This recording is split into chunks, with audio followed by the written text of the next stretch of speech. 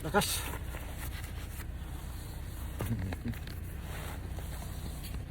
Buti na lang hindi masyadong ganong malamig kabahayan.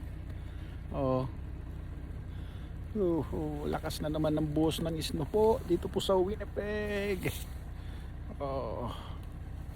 Ayan, kagagaling lang natin ng trabaho. Kailangan magtrabaho. Naku, kung hindi, naku, wala na. Ganito po ang buhay-buhay po dito sa Winnipeg, dito po sa Canada yan. Pag panahon ng winter, ayan po. Kita nyo, ganito po talaga. Ang sarap. Malamig nga, pero mahirap din. Okay. Ayan, so pag galing ho natin ng trabaho, panggabi, tayo po ay maghahatid naman sa ating asawa sa kanyang trabaho. Palitan. So, Sabado ngayon, November 3, January 3, 2026 mga kabayan. Ito, nag-iisno na naman, bumubuwas na naman, bagong taon, bagong buwan. Ayan, ingat-ingat lang dyan, Commander.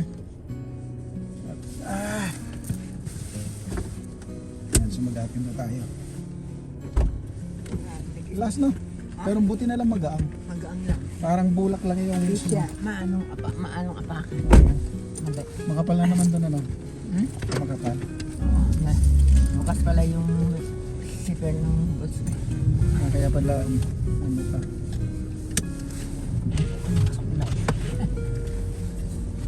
Nag-i-snow na naman talaga. Ayan o. Ngayon po ay 6:22 AM ng umaga ng Saturday. January 3. Ano ba yan? Nagkakamali. January 3, 2026 na po. Pero ayan, bumubusan naman po ng snow dito sa Canada. Buti na lang, medyo magaang yung snow. Parang bulak.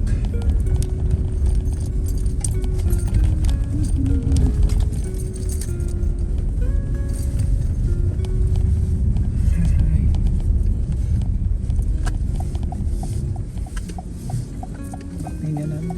Kapal lang naman yung snow. Grabe naman yung naglalakad na yung cellphone mo.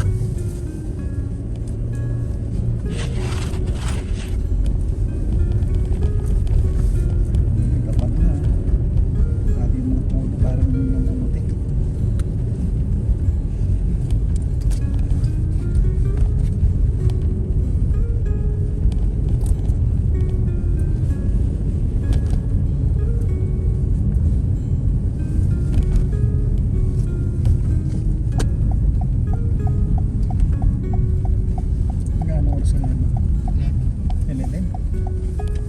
Kayo 11 din. Happy.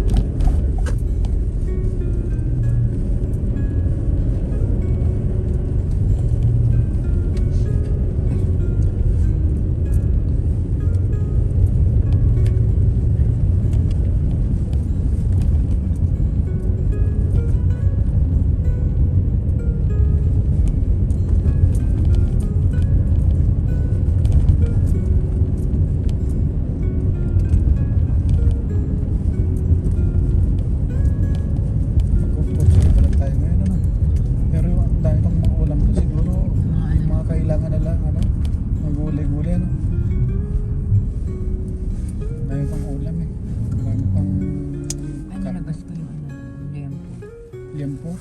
Yun. Sabaw. Ano Gusto ba? yata nung isa may sabaw. Bahala na sa mga pagyasan. Sikap na lang. Cubes.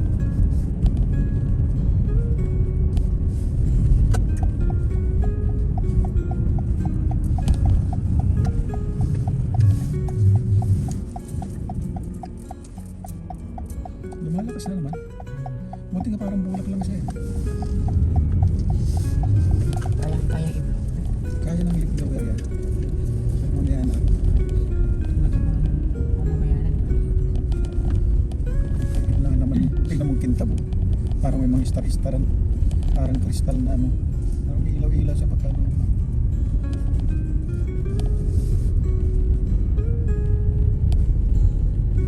Grabe yung tap mo. Ha? Nagtapkap pa na kita na yelo. Sa taas. Imbes na ulan, nagiging ano yun, nagsasabog sa taas yan. Imbes na ulan, snow siya kasi malamig na yun.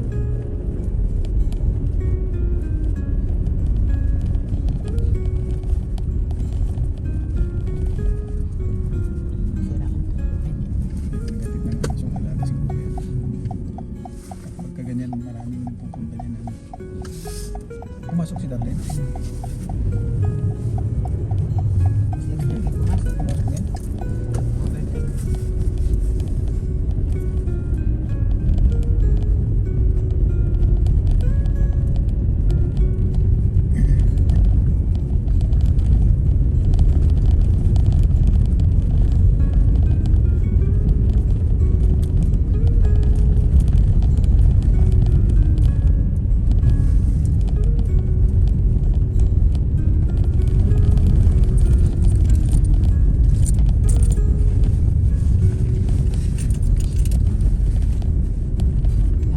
Birthday pala ni Balayan na yun. Ay, di ko naman. Dito ko yung post na ganito. Akala ko February siya. February, tag-focus sila ako. January siguro.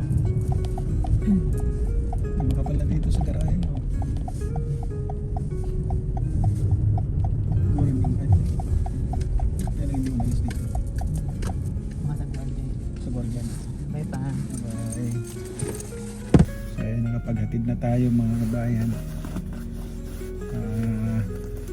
Ganyan po yung ano namin, Commander.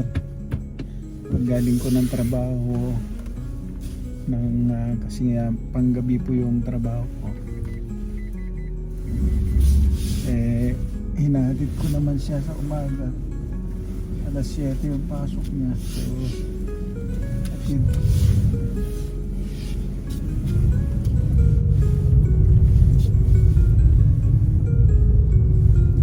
Madilim-dilim pa pag ganitong oras so dito sa akin.